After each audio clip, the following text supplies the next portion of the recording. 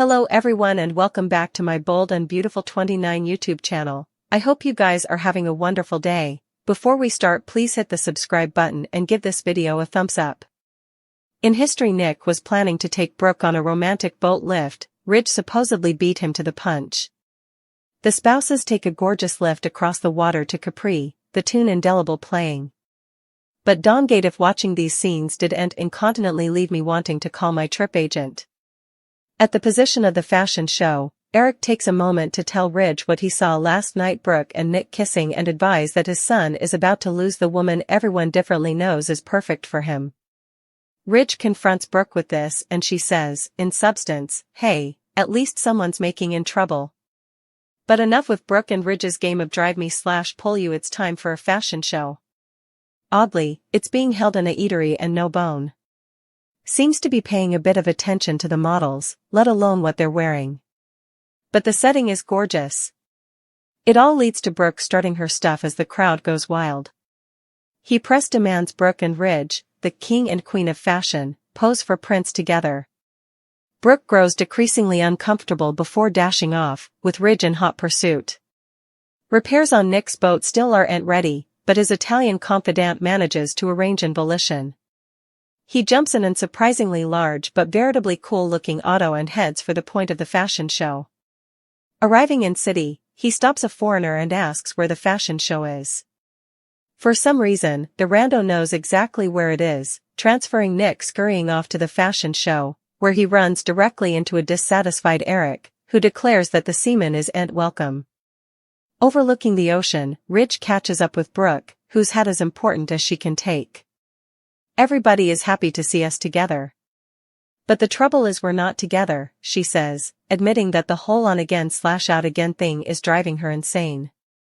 "Every time I look at you I can see how important you love me, but you're too damn stupid and stubborn to admit it."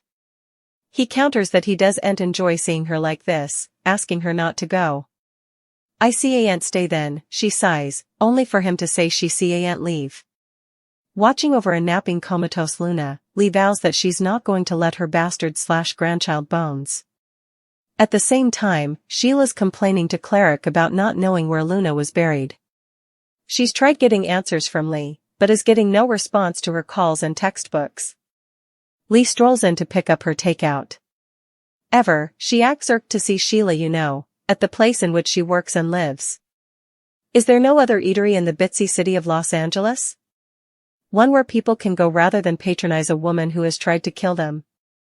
In any case, Sheila virtually begs Lee to let her visit Luna, wherever she's been buried or her ashes spread. Lee, still, remains tight-lipped. Steffi to face a temporary exit. It seems that Nick is going to pull out all the stops to get to Brooke. Steffi, who was saved from Luna gunfire. First, Sheila got shot in the bottom, also detracted Luna so Liam could save Steffi. We know that Steffi lately mentioned to Liam that she was going to take the kiddies and get down for a little while. With the actress presently near to delivering her 5th child, it sounds like Steffi's exit story is coming up enough snappily. It seems that Nick needs some help chancing Brooke. Nick invited Brooke to come to Italy with him. While she's there for business, commodity must be that gets them separated. Brooke rides with Ridge on a boat. Nick is on the thoroughfares in Italy, telling a man that he needs a boat pronto. We will see further of Will and Electra. They will probably rejoice over Liam's phenomenon. Liam's phenomenon should see Bridget make another return.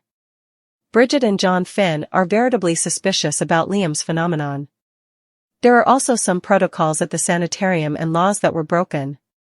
While Finn and Bridget are thankful Liam is going to survive, they won't rest until they get answers. There might also be a surprise appearance by Lee.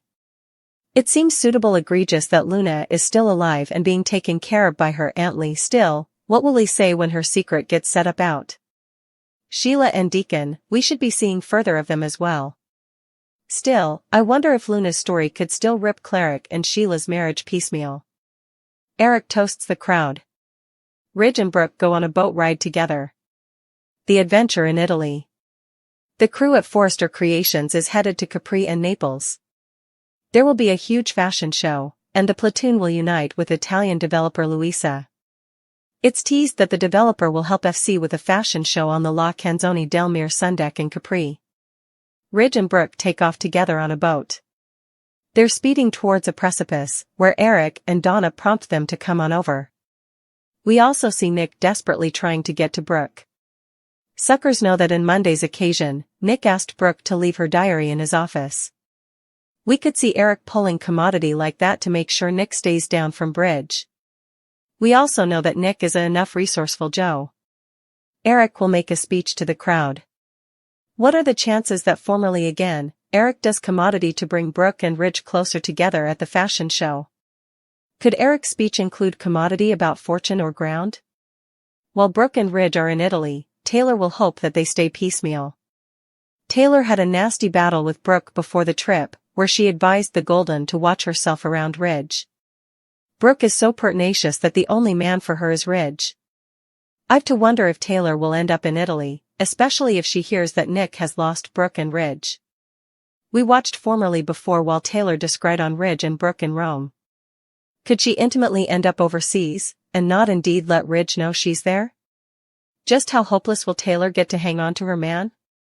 Sheila to issue a plea to Lee. Nick searches for Brooke in Italy. Electra could be headed for a new career.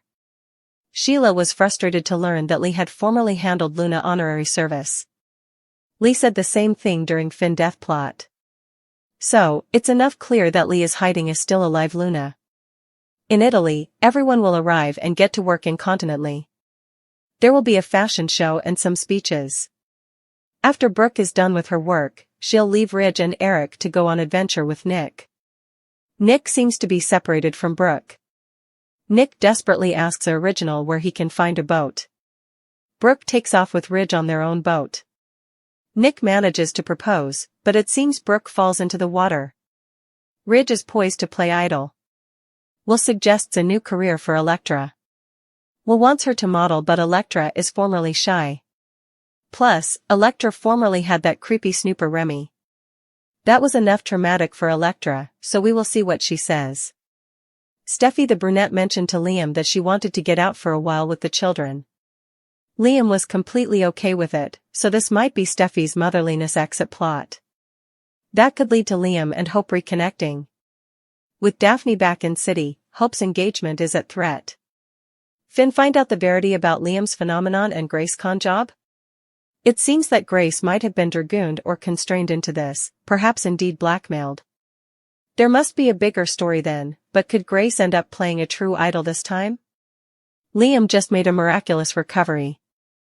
Thanks to Grace Million Bone surgery, he's now excrescence-free. There's commodity seriously off about Liam's surgery and new parcel on life, and Finn can't put his cutlet on it.